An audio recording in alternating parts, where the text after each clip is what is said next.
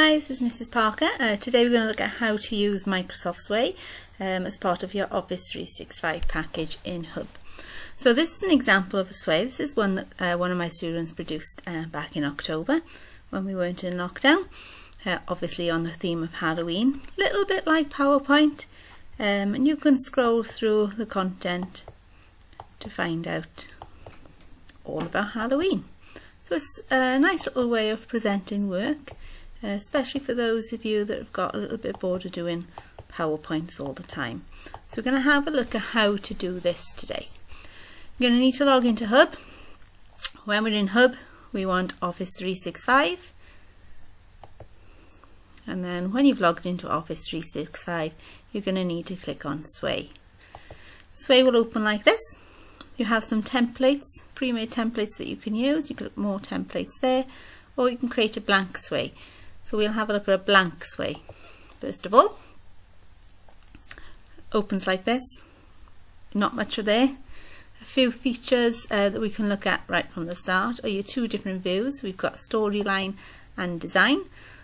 We'll go back to design in a bit once we've added some content. So we're going to stick to storyline, and when we've finished creating our Sway, we'll click on play to play it, to show how to play through it, and we can click on share. So if you needed to share it with a teacher or a family member, you could share it from there. So this is our first slide, so title. Let me just put a title in there. Okay, you can highlight it and then emphasize it so it makes it bold. You can accent it with just like putting it into italics, or you can add a link. And then we want to think about what background we want to use. If I click on background, you can search for the type of background that you want. You've got some suggestions here that you can use, or you can upload your own backgrounds. I'm just going to click on backgrounds here for a second. Scroll through and just find one that you think would be suitable and sensible for the project that you're making. Let's drag that one in there. And that's my first card complete. If I look at the design now, that's how it looks. Okay, so I'm going to click back on storyline. I'm going to add what's known as another card. Different cards that you can have: heading cards, text cards, image cards. You can have groups, which groups content together into one rather than it being on separate slides.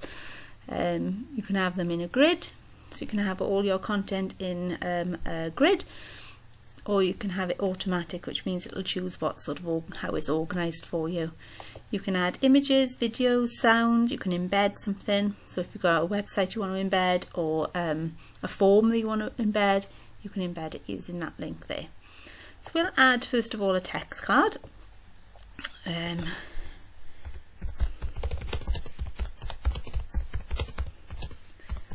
Okay, so adding a text card is easy. From your text card, again, you can highlight things and make them bold, italic. You can add a bullet pointed list, or you could add numbers if you wanted to, a numbered list. And again, you can add some links in if you want to as well. So that would be my first bit of text. If I look at the design now, I've got, as you can see, if I can use the toolbar here to scroll up and down, scroll bar, sorry, and I can see what I've done so far. So I've got my main heading and then my bit of text underneath. The example I showed you went from side to side. So if I click on styles here, I can change it from vertical to horizontal if I want, which would mean that I would scroll across rather than go down. Or I could choose slides, which means it would be the whole page, like that. I'm going to put mine back on horizontal. Let's go back to the storyline. So we've got our title card and we've got our text card. Then I'm going to insert an image card. Let's put an image of some flowers in there. Go. Put a flower in there. Put some text next to it. This is a picture of a flower. Obviously you'd make yours look a little bit more professional than mine. And then maybe you'd want another image card. Let's put some more flowers. Let's go for these These are colourful. Wow. Oops. I think this likes the American spelling. Be careful of those. Again, if I go back to my design, I can scroll through. Okay, so I got my title, my text card, and then my 2 image cards. And you can play about with the way that it looks. So you can separate them like that if you don't want them all together, or you can have them again going vertically if you prefer. Okay, so you build your content in the storyline. Like I said, there's lots of different options here, so you can add other media types if you want as well, so videos and so on, or lots of text, lots of images. It's completely up to you. You organize it how you want to, and you can drag these to different areas as well. So I can drag that one underneath that one if I would prefer it. I could put this one underneath my title if I would prefer it there. Drop it in there if you prefer. When you're happy with the content, you can then go back to the design and have a look at how you would like it to be organized and how you would like it to look. There are designs pre-made for you to look through.